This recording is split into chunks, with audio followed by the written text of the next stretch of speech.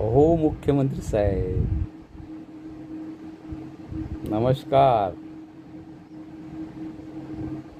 30 September 2019 Mahatma Phule कर्जमाफी योजना आठवते का?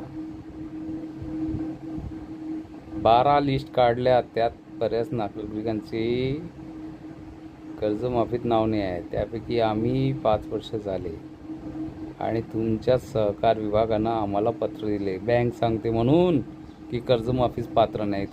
आम्ही कसे पात्र नाहीत माहितीच्या अधिकारात विचारतो, द्या उत्तर.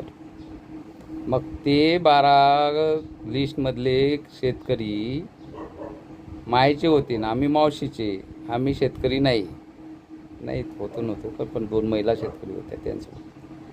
मग हा प्रश्नाला उत्तर द्याल का? एकाची करायची दुसऱ्याची नाही. तुमच्या ते जवळचे होते का? ज्यांच्या त्यांचे जवळचे होते का? मग औरंगाबाद हायकोर्टाचा निकाल लागला 9 जुलै 2020.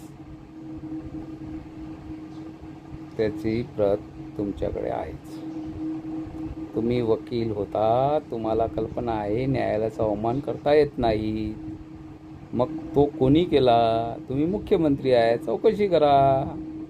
मग 5 वर्ष झाले कर्ज पुन्हा पीक कर्ज का देण्यात आलं नाही? ते सगळे पैसे कुठे? बँका पाठवतात व्याजाचे. आमच्याकडे हिशोब चक्रवाढीने व्याज चालू आहे.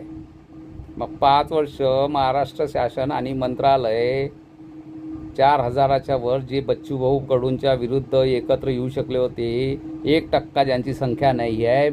महाराष्ट्राच्या 195 कोटीवर त्यांना ताबा आहे. 7 लाख जे 7 लाख कोटीचं बजेट आहे तुमच्यामध्ये, त्यामध्ये 2 कोटीच्या आसपास तर तुम्ही ज्यांच्या पगारावर खर्च करता, तर याच्यावर खर्च करता, कायच्यावर करता तर तुम्हाला माहीत.